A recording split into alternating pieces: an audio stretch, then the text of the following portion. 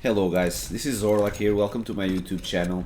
Today we are sticking into Dust2, which is like the most played map I guess in matchmaking for sure, and it's a bit spammable even in competitive play, obviously, right? French teams, mouse sports, we all love to watch them play Dust2. So you probably spam the hell out of it. That's what we all do. Today we are talking about defending mid, which is very important. I would like to tell you three things. The first thing, sorry about my English, right out of the bat. The second thing, it's basically you should watch the other movie that I have here on the channel about defending B, because you know the mid guy many times need to help B stopping the rush, and they have a lot of synergy between themselves. So watching that video will help you if you're a mid player for sure. Hopefully it will. And the other thing is that playing mid sometimes involves bringing the AWP. I'm not an AWP player. For people that do not know me from the stream or from the Counter-Strike at all, I'm a coach only, you know, and I coach people on my stream. So but mainly when I play with rifles, so my mechanics with the AWP are just really bad. I'm not an all-round player at all. I never was, even when I was in the competitive scene of 1.6 as the highest level possible in Portugal.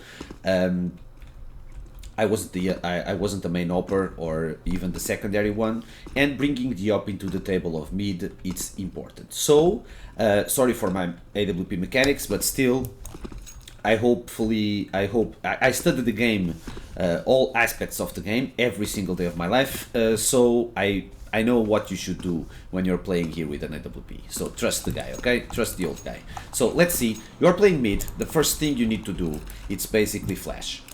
Okay, you need to flash correctly, all right? I'll show you why this flash is important. As you can see, it blinds the guy here. The guy doesn't even see it.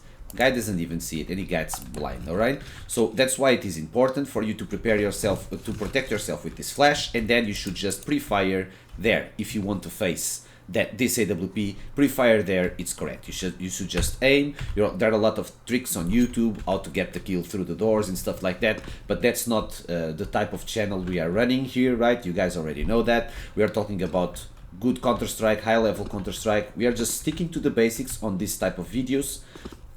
But still, if you want to all bag people through the walls, you know, through the doors with scouts or AWPs, blah blah blah, you can, you know, check other type of YouTube content. Anyway, this is the way I think you should pick. So you just need to learn the flash, okay, and then you should pick it.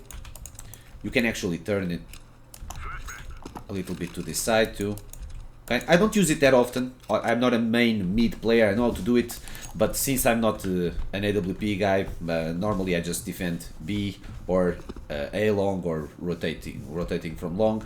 Anyway, I hope you understand the pick itself. All right. So obviously you need to stop the rush, like you will see on the other B video. But aside from that, your intention is to stop mid. Stopping mid, it's a pain in the ass. Okay. The first thing you need to understand is that you should be here only when you have three circumstances. The first thing is that you are searching for the entry key with your AWP. The second thing is you have a friend of yours, you know, a teammate, rotating to CT or playing CT with you, so you're playing with two guys mid. The other one is you're just playing on their smoke on doors, all right? So this is a little bit of a gamble, this third one, right? But I'll show you how to deal with it, right? So first things off, let's get the entry. I already showed you the flash, and then if you don't see anything and you get control of their T-spawn, you should just rush here and get your kill over here, okay? Instead of going for the normal setup, which is like too predictable and kind of a problem, you know, because you can just stay here for like 5 to 10 seconds before you need to take care of the lower tunnel terrorists, and from here it's a pain in the ass because they can show themselves from three sides, right? And you just have one crosshair, so it's a little bit bad, right? If you're playing versus good people and you're on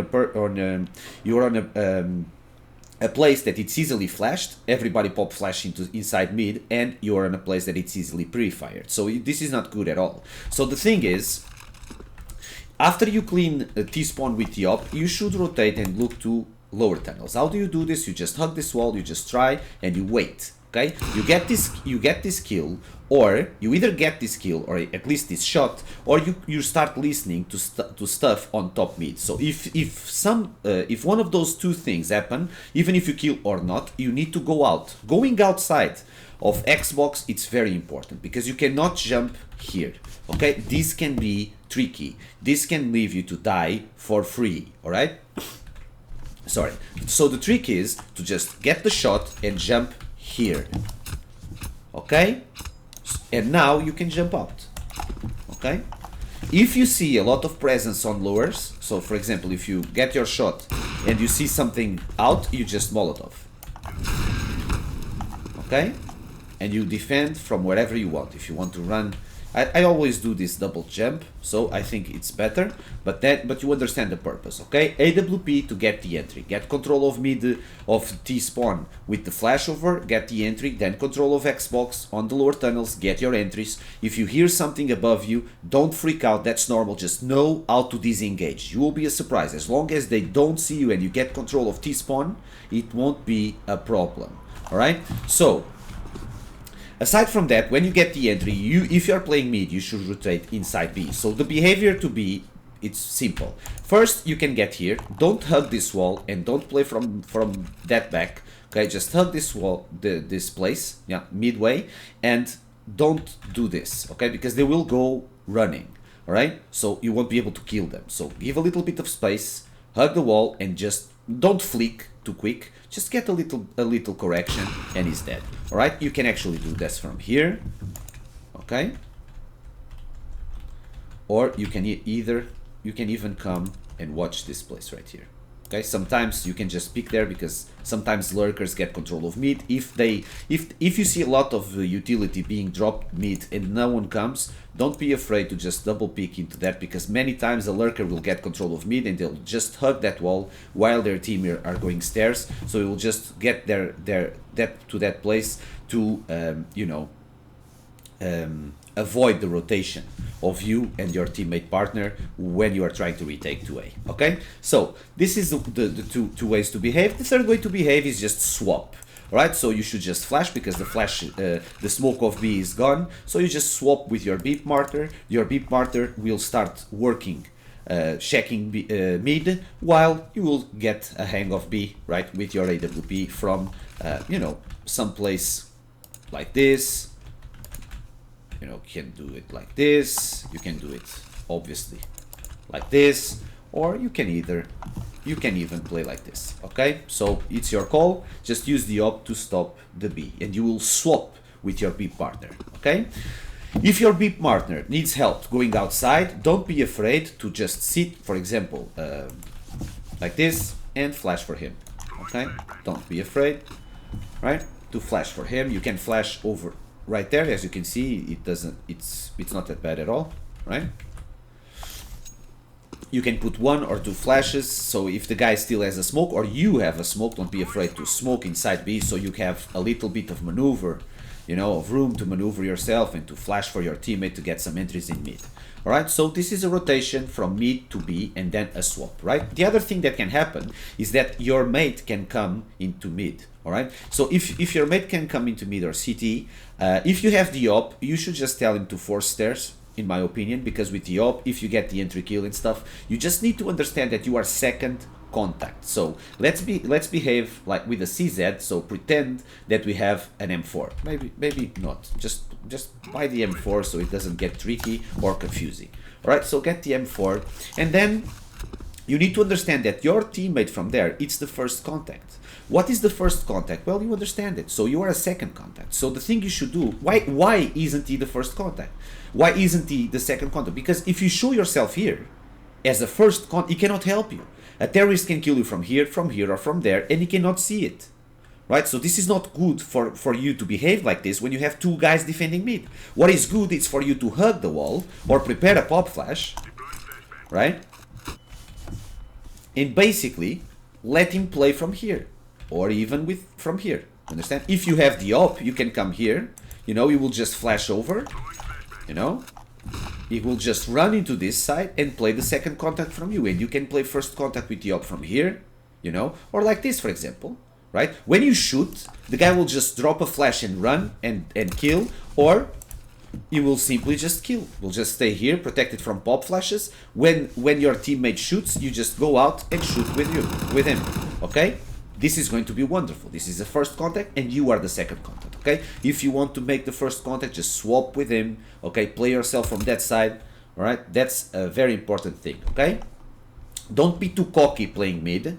Don't show, when you have two guys defending mid, don't show the adversaries that you have two guys defending mid. You want them to go mid. That's where you are the strongest at the moment in this setup. Because when you're playing with two guys mid, you have one guy B and two guys in long, for example, one pit, one car, right? Or maybe two guys in stairs, but one guy going down, going back and checking if they cross long or something like that, which is not that strong. So basically, most of the times that you're playing with two guys here, you'll have one guy car, one guy long, you know, like in pit or something. So you understand what I'm trying to say. You want them to attack mid to be. That's where you have the strongest defensive setup. So don't show that setup before they commit to their mid to be attack. All right, you need to be smart about it. So the other thing we need to talk about. The other thing we need to talk about is basically how you should play with presence on mid without the M4. 99% of the times that you are playing mid with an M4 and by yourself, you should not play here. You should help your mate stopping B rushes, and then you should play from inside the bomb site. I'll show you how. So you are playing with a rifle and you're just dancing, okay? Dancing. Like the previous thing that I showed you with the AWP, but dancing. If you see something, you just try to eat the helmet. Just dink the guy. Don't go too committed, because the second guy will kill you for sure. So just get a little bit of shots into and get out. Don't reload and immediately Molotov, okay? You can Molotov because this is where they want to come, and then you can just flash. 1, 2, and go out, okay? This is what you need to do. This is how I play with the rifle. Like you can see on the B video, on the Dust2 CT on B video, you can actually use this too, right? And use a crate, one way to deal with this. If you don't have enough utility to flash yourself out, you can actually ask for your teammate that is inside B to flash you out, to help you flash out. And the best positions to play, obviously, below window, okay? Because you don't die from tunnels. Here it's not that bad either, okay? But you need to pay attention. Here it's the best. It's actually one of the best, but don't pay too much attention to the door. Focus on the window and listen to the steps, you know, behind that wall. You know, you can just play card too, which is not that bad. It's not that good to kill that guy. It's not an easy shot, so to speak. But if you get the first, but they won't look at you at the start. They will be, you know, facing Xbox and inside bomb site and below window. So if you have good aim, you will be able to deal with the first guy cleanly. And after that, everything is on your hands. All right. So aside from that, this is how you should play inside B. But if you want to play outside with an M4, you can do it 1% of the times. You will just hug this wall over here, all right? So prepare yourself, listen to what's happening, okay? You want to surprise them while they are jumping Xbox. So you need to listen and just surprise them, all right? If their smoke doesn't drop, because it will, if it doesn't drop, you smoke it yourself, okay? Don't be afraid to smoke it yourself, because it gives you maneuver. So you come here, you wait for their smoke, right? If it doesn't drop, you smoke it, okay? And you give it maneuver. So you're just trying to get an entry here, all right? Now with this smoke, you don't kill him jumping with through to the Xbox, but you will kill him jumping to short area, right? To stairs. So the thing is, just play safe with your smoke, wait for the terrorist smoke, adapt to it, and if it doesn't drop your own, all right? So get your entry kill, rotate to B, and keep doing what we were doing. So there's another problem that we need to talk about. If the B guy has problems facing or taking info inside tunnels because he doesn't have a WP, normally they don't, and they have a lot of problems, and the smoke is already down, you already used your smoke in mid, you got 1 kill because of it, you survived, you're doing a wonderful job, you're already carrying your team, right? You got the advantage. But the thing is, you cannot play from here dancing, or from here, right, dancing with the M4, right? So since you can, because you will die from there, because the guy cannot contest inside the paternal. So if the guy doesn't know how to take info and stuff like we talked on the previous video, we have a problem, right? So how do we deal with this problem? Well, you have two ways of dealing with it.